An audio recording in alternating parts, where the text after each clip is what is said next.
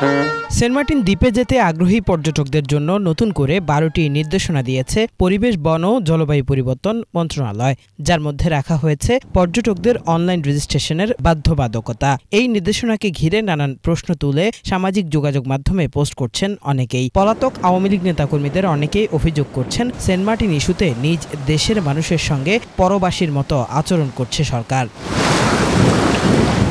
বুধবার পরিবেশ, বন ও জলবায়ু পরিবর্তন মন্ত্রণালয়ের জারি করা প্রজ্ঞাপনে সেন্ট মার্টিনে যেতে যেই 12টি নির্দেশনা দেওয়া হয়েছে তাতে বলা হয়েছে, পরিবেশ, বন ও জলবায়ু পরিবর্তন মন্ত্রণালয়ের অনুমোদন ছাড়া বাংলাদেশ অভ্যন্তরীণ নৌ পরিবহন কর্তৃপক্ষ অর্থাৎ BIWTA সেন্ট মার্টিন রুটে কোনো নৌযান চলাচলের অনুমতি দিতে পারবে না। পর্যটকদের অবশ্যই বাংলাদেশ ট্যুরিজম বোর্ডের স্বীকৃত ওয়েব পোর্টালের মাধ্যমে অনলাইনে টিকিট ক্রয় করতে হবে, যেখানে প্রতিটি টিকিটে ট্রাভেল পাস এবং QR কোড সংযুক্ত থাকবে। QR কোড ছাড়া টিকিট নকল হিসেবে গণ্য হবে।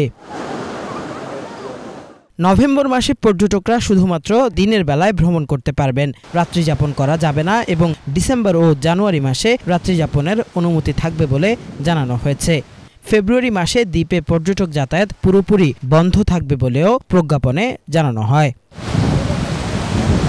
প্রতিদিন গড়ে 2000-এর বেশি পর্যটক দ্বীপে ভ্রমণ করতে পারবেন না। প্রাকৃতিক পরিবেশ অক্ষুণ্ণ রাখতে পর্যটকদের জন্য রাতে দ্বীপের সৈকতে আলো জ্বালানো, শব্দ সৃষ্টি বা বারবিকিউ পার্টি নিষিদ্ধ থাকবে। কেয়া বনে প্রবেশ, কেয়া ফল সংগ্রহ বা ক্রয় বিক্রয় করা যাবে না। সামুদ্রিক কাছিম পাখি, প্রবাল, রাজকাঁকড়া, শামুক, ঝিনুক ও অন্যান্য জীববৈচিত্র্যেরও ক্ষতি করা কঠোরভাবে নিষিদ্ধ। সৈকতে মোটরসাইকেল, সি বাইক সহ সব ধরনের মোটর চালিত যানবাহন চলাচল সম্পূর্ণ নিষিদ্ধ থাকবে। নিষিদ্ধ পলিথিন বহন করা যাবে না এবং একবার ব্যবহারযোগ্য প্লাস্টিক যেমন চিপসের প্যাকেট, প্লাস্টিক চামচ, স্ট্র, সাবান ও শ্যাম্পুর মিনি প্যাক, 500 ও 1000 মিলিলিটারের প্লাস্টিক বোতল ইত্যাদি বহন নিরুৎসাহিত করা হয়েছে এই প্রজ্ঞাপনে।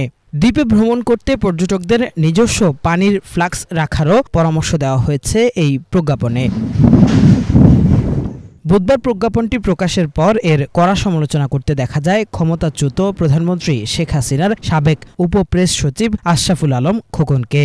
তার দেখাদেখি এ নিয়ে সমালোচনা করেন দলটির আরও অনেক নেতাকর্মী। কিন্তু তৎকালীন গণমাধ্যমের তথ্য বলছে, সেন্ট মার্টিনে প্রবেশের রেজিস্ট্রেশন চালু সহ এই নির্দেশনাগুলোর অধিকাংশই দেওয়া হয়েছিল 2023 সালের 16 সেপ্টেম্বর শেখ হাসিনার শাসনামলে, যার কিছুটা সংস্কার করে পুনরায় জারি করেছে অন্তর্বর্তী সরকার।